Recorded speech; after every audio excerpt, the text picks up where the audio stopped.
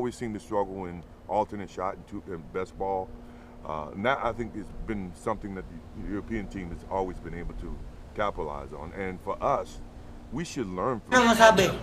When guys are individuals throughout the whole year, how does that permeate in golf? Because with us, we hit rah-rah in the locker room. Sure. Like, how's that accountability, you think, work in that locker room when it's guys tough. are on different journeys? It's tough, I mean, I play in Europe, playing against that road crowd, being able to shut them up, or would you rather be on home turf, hyping, feeling the energy here with the home atmosphere? You know that, so that you can have the opportunity to prove the unknown. And a lot of times when you play at home, you let your hair down, you get relaxed, you see more friends, you see more family, you got to worry about tickets, you got to worry about so many other different things. So I always love playing on the road, so it minimizes my thought process and I can focus on my craft. And I would imagine if I was playing on the Ryder Cup, I would much rather play in Europe than to play home. Sana on the course or that's something hard. about them. That's hard. You could say nobody because they ain't on your list. Competitive nature is you can see it in a lot of the guys, and it comes in a lot of different ways.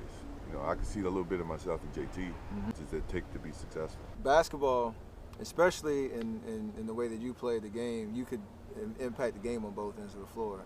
And I'm sure you always felt like there was time for you to flip a switch and get things back under control. Sure. In golf, you can't really control what the other person's doing. How do you think that mentality is mastered in golf?